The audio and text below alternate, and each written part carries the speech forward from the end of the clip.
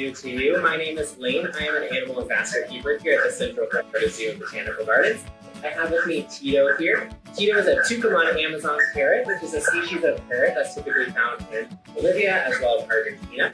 And today you guys are going to get to sit in on kind of a training session with me and Tito. We're going to be working on some of what we call Tito's maintenance behaviors. Tito does get really excited, so he might make some loud noises and he might be mumbling a little bit, so just so you guys are prepared for that. So typically maintenance behaviors are behaviors that the animal has already completely learned. We're not in the process of teaching them how to do, but we just have to work on them to make sure that they stay nice and strong and that they don't lose them or forget them over time. So we're going to do kind of a combination of some of the behaviors that we do for like fun things like for shows and presentations, as well as some behaviors that we do for husbandry reasons, things that help us take care of our animals. So this is kind of a quick, brief overview of training, the reasons why we do that. Some of them, again, are to kind of highlight some really cool behaviors that our animals do, and then some of them are also for husbandry. So we can train our animals to participate in their care, so things like voluntary blood draws or animals going into their kennel on their own. Those are things that we would call husbandry behaviors because that helps us take care of them. We're going to go ahead and start with one of our fun behaviors, which is mimicry behavior that we call trill. So basically, he's going to mimic a sound that I'm going to make. When he does it, it's supposed to sound kind of like you're rolling your R's. So we're going to see if he wants to do that. Turn it around a little bit. Yeah. Okay, so you can see he made that kind of trill, which is exactly what I was looking for. We're going to do it one more time just to kind of show that off. Basically, we like to show our guests that, yes, parrots can mimic, but they can't quite understand what we're saying. Tito, did you have a good day? That's not a good example. So he is cued to nod his head yes and up and down whenever we do kind of like a question sound to our voice. So kind of making us do it. Tito, did you have a good day today?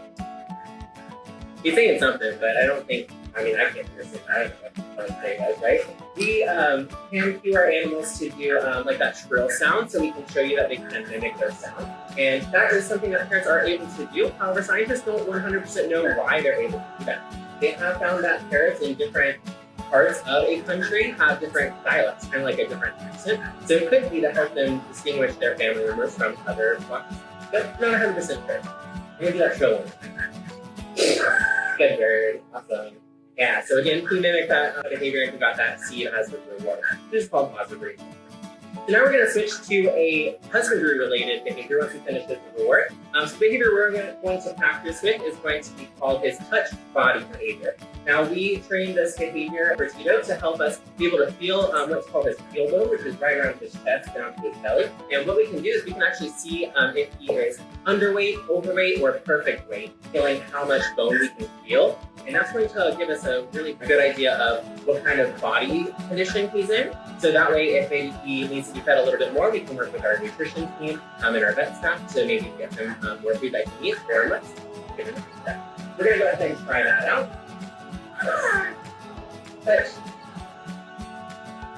Okay, you can see basically it's a pretty simple behavior. What I was wanting him to do is to remain calm and just kind of hang out there while I'm touching his belly area. Tito came to us from someone who owned him as a pet and unfortunately couldn't take care of him anymore. So he came to us and we adopted him. And when we brought him in, he wasn't a big fan of being touched. So this is actually a pretty cool progress, being able to touch him and have him be comfortable with it and actually see it as a positive thing. All right, so the next behavior we're going to do is going to be more of a fun show behavior. So let me set up. So the behavior, one of the behaviors we like to do in our show, Wild Tales, is to highlight how parrots can climb and some of the abilities that they have and some of the adaptations they have to help them. So right over here we have this rope perch, which is going to kind of mimic, think of like a vine or maybe a branch in their natural habitat. We're going to see if Tito wants to climb this rope perch. Awesome. So you can see he uses a combination of his beak as well as his feet, or his feet are called zygodactyl feet, which means that he has 2 toes facing forward and 2 toes facing backward. Okay, good. Awesome. Which helps him grip onto things like branches and vines. So we like to highlight that ability in our show Wild Tales because it's a really cool ability that parrots have to move around. A lot of people think they fly, but in reality, they like to climb around. All right, so our final behavior is going to be another husbandry behavior. And it's actually going to be kind of 2 in 1. So the first one is going to be a target followed by a target hold. So target, basically I have this stick here, which is a stick with a ball at the end. And what I want Tito to do is I want Tito to place his beak on that ball whenever I present it. Okay. We're going to see how he does. Target. Okay. Awesome. So a little bit slow. There's a lot of stuff going on. We got a lot of people in here, so pretty distracting, but he did really well. So what I can do is I can move him around by moving this target stick to different locations. Target. He's getting a lot of attention. We're going to give him a second to dance a little bit. We'll try it again. Target.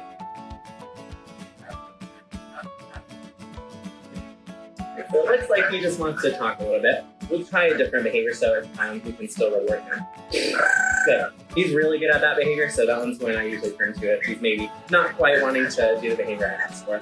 We're going to try the target hold this time and see if we can do it. Target, hold. Target.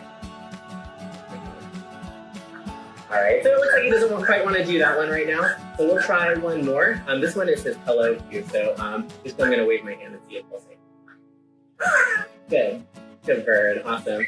So typically with these behaviors, we train them using positive reinforcement, which is the idea that anytime we reward a behavior that we see, it's going to encourage that behavior to happen again. As you can see, he's getting a lot of reward for doing things like a trill noise or saying hello. So at this point, we're going to go ahead and see if you guys have any questions. If you have any questions, please feel free to leave them in the comment section, and we'll go ahead and ask those. All right, so first question is, Emma wants to know what kind of predators does Tito have?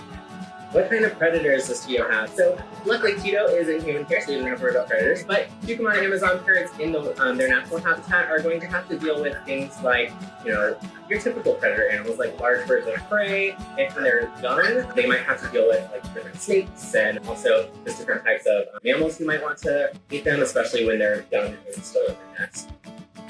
Another question was, Ava wanted to know if you could say a few words, and somebody else asked if there are other words.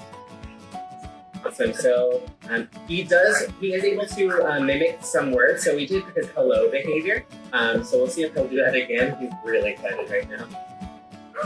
Good. You can kind of tell. He says hello. So that's on the cue to wave my hand from left to right. And sometimes we'll incorporate that in our show by having Tito say hello to the audience by kind of cueing him to do that. You can also do a barking sound, which we'll see if he'll do. He's really excited right now. Bark.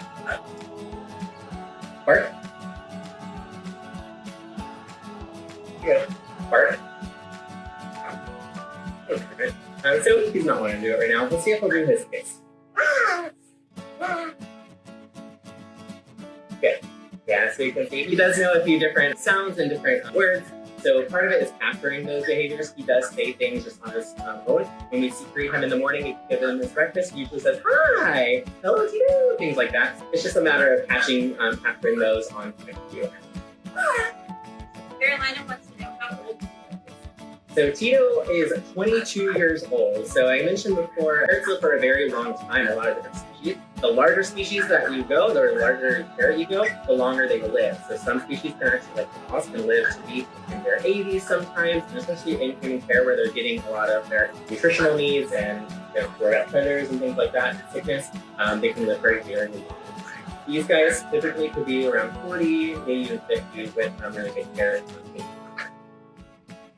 A few different people are asking, how long does it typically take for Tito to learn a word? Awesome. So how long does it take for Tito to mimic a word? Tito is very motivated by seeds. Now, seeds are high in fat content, so we don't only give our parrots seeds as their diet. It's actually more of like a supplement.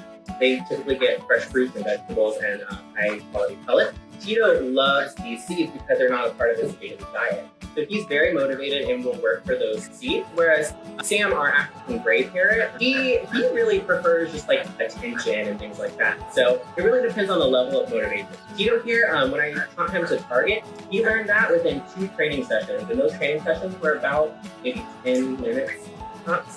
So it just depends on the animal. Whereas I do train our hedgehog, you may have seen our hedgehog in some of our zoo Facebook posts and things like that. He takes a little bit longer just because he's nocturnal. He has to wake up a little bit. He has a little bit more challenges to face as far as that goes. But Tito here, he can typically learn a behavior within maybe 1, 2, even 3. Awesome. So I guess we'll take our final question here. All right, final question is from Zane. He wants to know why Tito keeps bobbing his head. Oh, so why does Tito keep bobbing his head? Tito is very, very excited. Tito and I have been working together for almost a year now. We've been working together for a really long time, so we've really kind of built that strong bond. We're like friends here in a sense. He sees me as a positive person because I get C's, I train with him, I give him attention and things like that.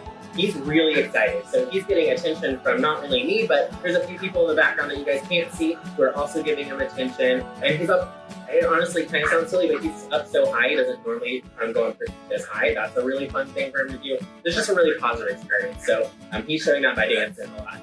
And it's really fun. Awesome. Well, thank you guys so much for tuning in to the Zoo to You. We hope you guys enjoyed this segment. Make sure you guys tune in for our other segments, and I hope you guys enjoy the rest of your day.